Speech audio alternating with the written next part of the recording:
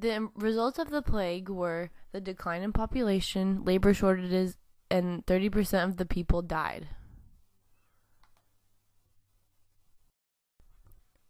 Cities became prominent because of trade. There's also cultural diffusion and new centers of education. Studying states can be overwhelming because of the number of states involved. Cultural areas go over state boundaries, but provide the ability to study a culture rather than a state.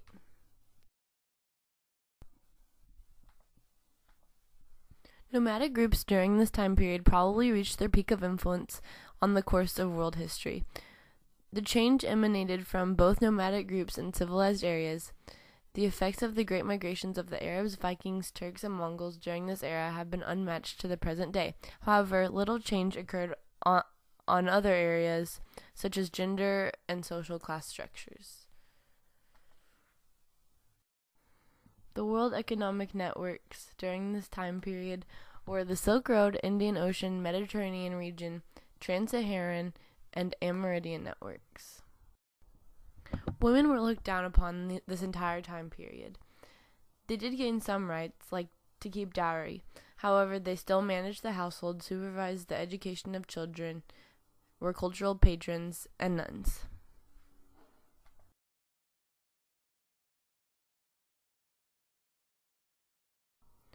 Japan and Europe were both feudal, however, they did have their differences. Here they are listed.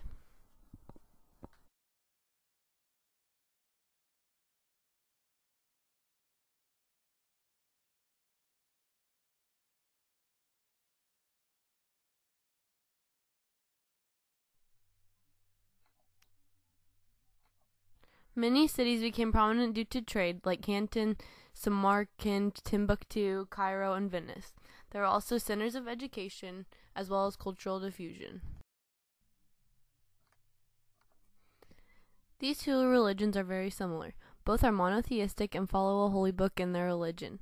Both religions believe that Jesus was a prophet, as well as Moses and Abraham. Both religions also had an empire based off of it. Christians had the Roman Empire, and Muslims had the Abbasid and Ottoman empires. They both believe in an afterlife, and that their main guy, either Jesus or Muhammad, depending on their religion, will return after a second coming. They are different because in Christianity, it is believed that you are born as a sinner and you need to redeem yourself. Under Islam, you are born good and you continue that good by following the 5 pillars. Christians follow the 10 commandments instead. Muslims also don't recognize Jesus as a Messiah and that he died for people's sins. They only recognize him as a prophet. In most of the societies during this time period, they were controlled by men. The Chinese dynasties, the Western civilizations, and feudal Europe were all controlled by men. Some areas were more patriarchal than others, like China, because of strict Confucian rules. In the Islamic states, women had the least amount of status and were confined to the home and under strict guidelines to not be shown in public. Some restrictions of women even became so extreme that foot binding appeared in China to make women almost useless. Women were always confined to the lesser intelligent jobs and to bear children, though in some societies it was respected to bear a child. But mostly under Islam, the women had least rights because the men could have 4 wives, but she could only have 1 husband, and she could do nothing but have children and hide her face from the public.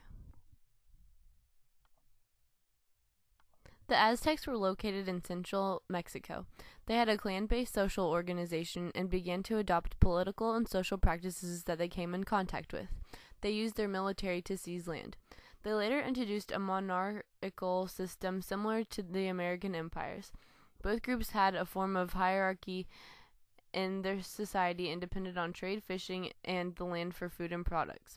The Incans were located on the western coast of South America. Originally, the Inca were chiefdom based on reciprocal gift-giving and the redistribution of food and textiles. It was built like other highland powers on traditional Andean social customs and economic practices. They developed a large, successful army. They were pastoralists like the Aztecs.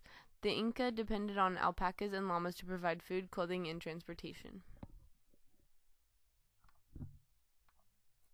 Sub-Saharan Africa was more open to the Islamic world because of their close proximity to the Middle East. They had similar views, and later we can see that the Africans are more open to the Muslims than the Christians because of this early contact. The Europeans come into contact with Islam through Spain because of its close location to Saharan Africa. The European contact with the Islamic world was tenser because it was already Christianized. Christians and Muslims were not fond of each other because of the fact that they were different, and later we see this in the Crusades. Feudalism in Japan and Western Europe was a key comparison and can be referred back to earlier on in the video.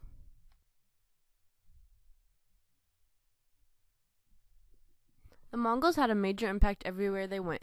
In Russia, they did a lot of damage, and they did the same in China, but ultimately China did okay. In Russia, the Mongols destroyed the churches and all of their power, while in China, they raised taxes through the roof and were very strict. At first, they wanted to get rid of cities in both areas, but they realized that the cities made you money.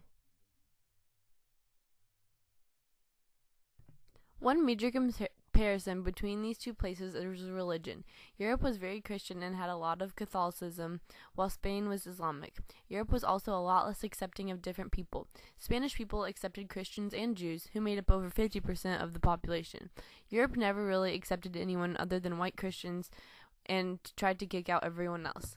Here is a chart that could also help.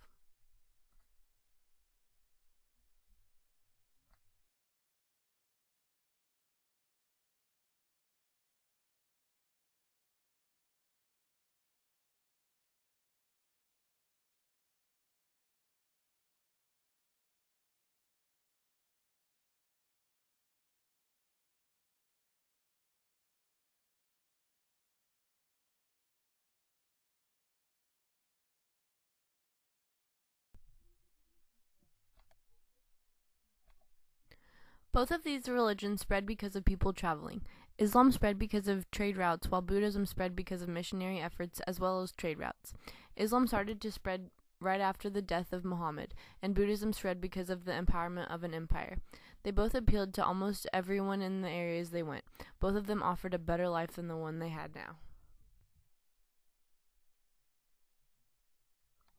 China entered the Indian Ocean during the Ming Dynasty. They called it the Western Ocean. In the 1400s, they left and they found themselves at East Africa. Europe had a much larger presence here.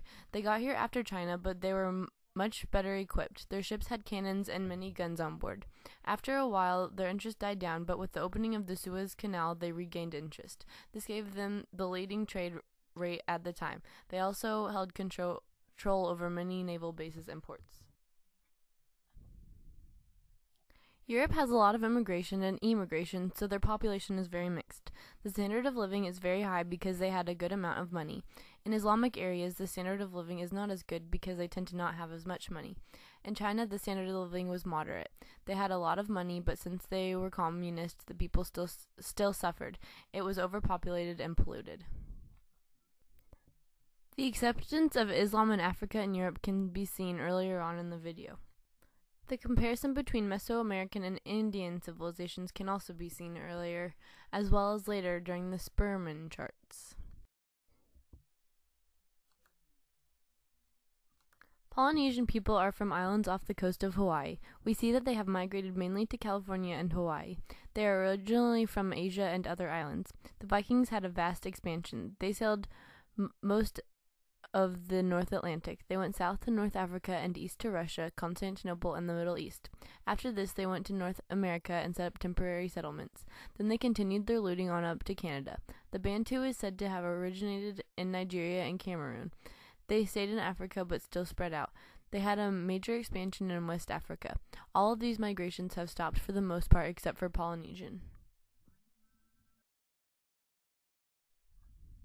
We've already discussed how women were treated under the Islamic rule, which was submissive and put down. But, however, under the Caliphate, the women were treated very differently. They were held up for their brains and their beauty. They were honored for things instead of held back. Since the Caliphate was an Islamic ruling, there were still hints of Islamic rule, but overall they had much more freedom.